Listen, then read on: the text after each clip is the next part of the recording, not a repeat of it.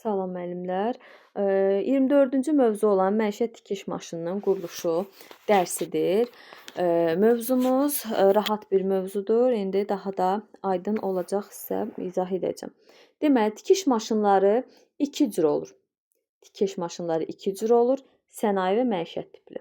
Bunu yadda saxladıq. Məişət tikiş maşını isə məişət tikiş maşını indi yaxından tanış olacağıq. Amma deyir ki, məişət tikiş maşını isə 3 cür olur. Hansıdır? Əl, ayaq və elektrik ötürücülü olan. Baxın, sizdən sadəcə tikiş maşınını soruşsa, yəni sadəcə tikiş maşınını deyir ki, neçə cür olur? Deyirik, məişət və sənaye tipli olur. Amma desə ki, məişət tikiş maşını neçə növü var? Bu zaman deyirik, əl, ayaq və elektrik ötürücülü. Baxın, burada da göstərir. Bu əldir, bir digəri ayaqdır. Adətən dərzlər istifadə edir. Bir digər isə yeni texnologiya əsasında hazırlanan elektriklə işləyəndir. Əl, bir daha deyirəm, ayaq və elektrikli olan. Bu nədir? Məişət tikiş maşınlarının növləridir. Məişət tikiş maşınları nəyə görə fərqlənir? Quruluşuna, texniki imkanına, xarici görünüşünə görə müxtəlif olur. Deməli, məişət tikiş maşınları nəyə görə fərqlənir? Quruluşuna görə, texniki imkanına və xarici görünüşünə görə bir-birlərindən, yəni müxtəlif formalarda olur. Bunlara baxın. Amma buna baxmayaraq, onların quruluşunda, təmir və istismar qaydalarında bənzərlik çoxdur. Yəni, nə qədər fərqli olsa da, bir o qədər də oxşar cəhətləri çoxdur demək istəyir. Məişət tikiş maşının parçanın kənarını kəsib, demək, məişət tikiş maşını nə üçün istifadə olunur? Məişət tikiş maşını parçanın kənarını kəsib düzəltmək, ilmələri və detalları ilməkləmək, dekorativ tikişləri yerinə yetirmək, həmçinin naxış vurmaq üçün nəzərdə tutulmuşdur. Deməli, nə üçün lazımdır məişət tikiş maşını? Parçanın kənarını kəsib düzəltmək.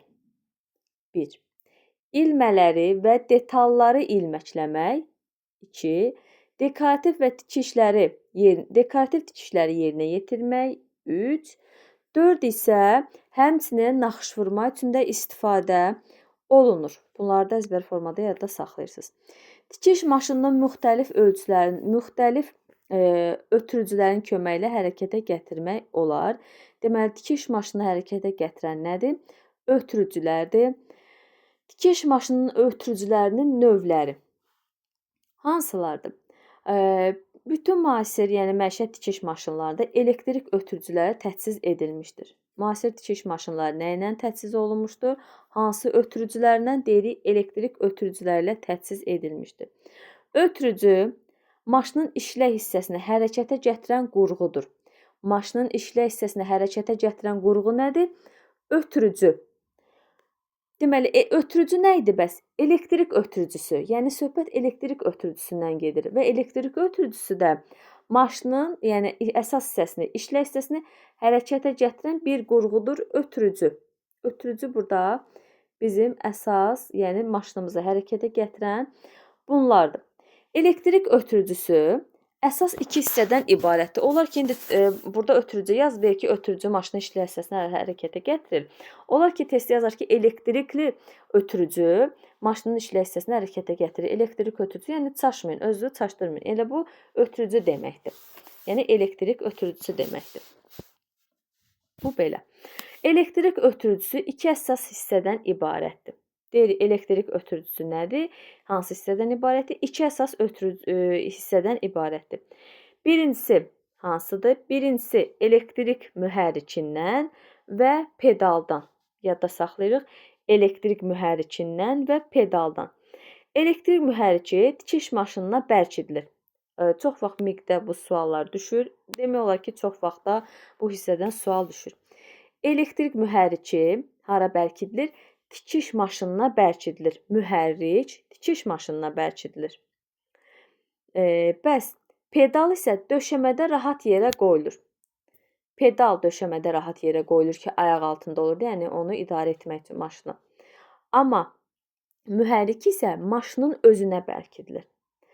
Ayaqla pedal sıxılır, elektrik ötürücü işə salınır. Yəni, pedalı sıxdıqca artıq elektrik ötürücü işə düşür. və maşın tikişlərinin salınma sürəti pedalın sıxılma qüvvəsindən asılıdır. Deməli, maşının tikişlərinin salınma sürəti pedalın sıxılma qüvvəsindən asılıdır. Yəni, pedala təzyiq nə qədər güclüdürsə, sürət də bir o qədər çox olur. Düz mütənasib. Nə qədər ona güc tətbiq ediriksə, bir o qədər də orada, yəni sürət bir o qədər çox olacaq. Güc bərabərdir sürətə. Pedalı buraxdıqda isə o ilkin vəziyyətinə qayıdır və fırlanma sürəti maşının tam dayanana qədər yavaş-yavaş azalır. Yəni pedalı artıq sıxmırıq, saxlayanda o yavaş-yavaş belə deyək də, artıq onun sürəti azalmış olur. Maşında tikiş işlərinə başlamazdan əvvəl bir sıra təhlükəsizlik qaydası var ki, hansılardır? İndi onlarla tanış olacaq, amma ilk öncə bu şəklə baxaq. Deməli, şəkil 2-də tikiş maşınının ötürücülərini göstərib. Deməli, A nədir? A əldir, B ayaqdır. Baxın, bu A əldir, B ayaqdır. Amma C isə, yəni əl, belə deyək, əllə işləyən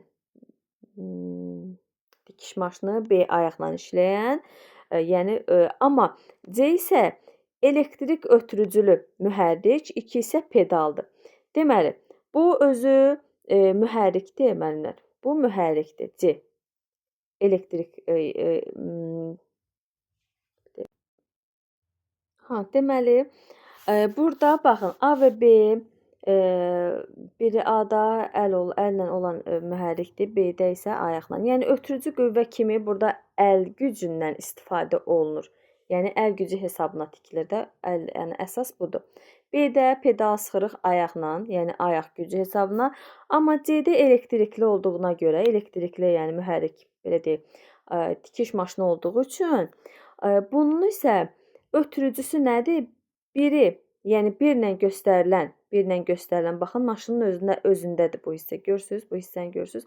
Bu elektrik mühərrikidir, birlə göstərilən. 2 isə pedaldır. Yəni, müasir maşınlarda adətən ötürücülər elektriklə olandır. Amma bunlar isə, bu hər ikisində, bu və bunda isə, görürsünüz, yəni mexaniki güc tətbiq olunur. Amma elektriklidə isə elektrikli ötürücüdən istifadə olunur. Sonra, burada artıq təhlükəsizlik qaydalarını göstərir. Nədir? Əlləri maşının platformasında, dirsəkləri masa ilə eyni səviyyədə yerləşdirmək lazımdır. Əlləri maşının platformasında, baxırıq, maşının platformasında və dirsəkləri isə masa ilə eyni səviyyədə yerləşdirmək lazımdır.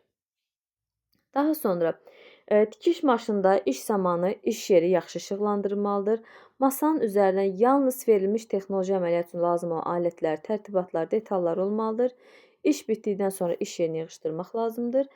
Tikiş işlərinin yerinə yetirilməsi üçün iş yeri üzərində tikiş maşını quraşdırılmış, lazım olan alət, tərtibat, iş məmulatlarının detalları qoyulmuş, yəni masadır.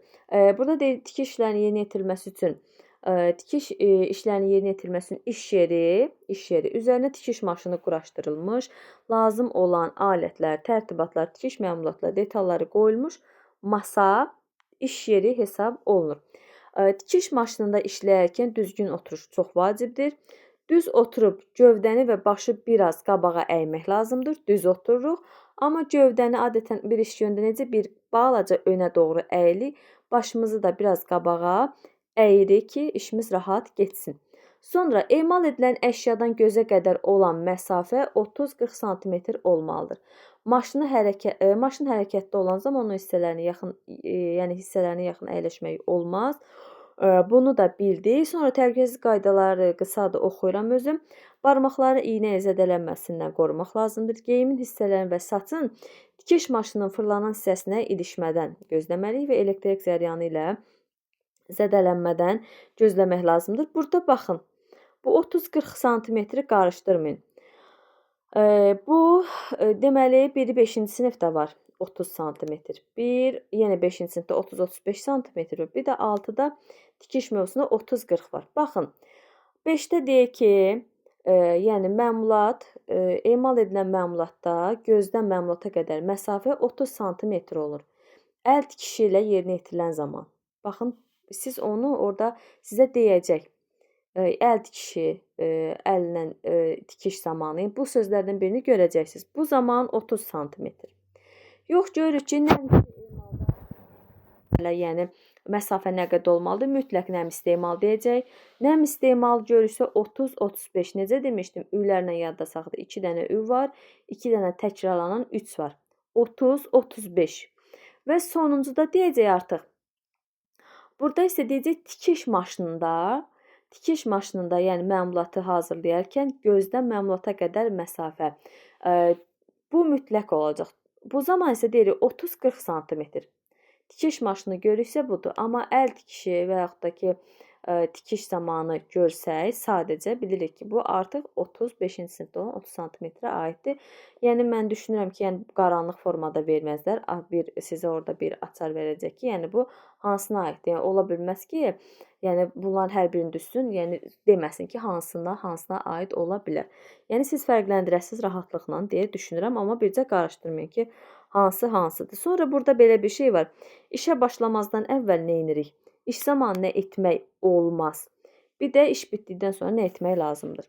Deyir, maşının sazlığını yoxlayırıq işə başlamamışdan əvvəl. Məmulatın, detalların birləşməmişdən əvvəl hissələrin arasında əl iynəsi və sancağın olub-olmamasını yoxlamaq. Yəni, detalları birinci bilik ki, köklüyürük də ilk öncə hazırlamamışdan əvvəl. Yəni, bu zaman sancaqlardan, iynələrdən istifadə olunur deyə, yəni detalları birləşdirməmişdən əvvəl, yəni artıq tikiş maşınına verməmişdən əvvəl baxırıq ki, görək o həmin parçaların, detalların arasında iynə, sancaq vardır, yoxdur, onları yoxlayırıq. İş zamanı nəyi etmək olmaz? Maşın işləyərkən yuxarı sapı saplamaq, makara qapağını quraşdırmaq olmaz, qadağandır. Maşının fırlanan hissələrin yanına qayçı və digər alətləri qoymaq olmaz. Maşın işləyərkən qayçını, məmulatları və detalları kiməsə ötürmək olmaz. Yəni, maşın işləyərkən qayçını ötürməyi, məmulatı və detalları kiməsə vermək olmaz. Bunlar da qadağandır. İş bitdikdən sonra nə etmək lazımdır? Maşını söndürmək, iş yerini yığışdırmaq. Bu da yəni sadə bir hissədir. Yadda qalar. Belə müəllimlər.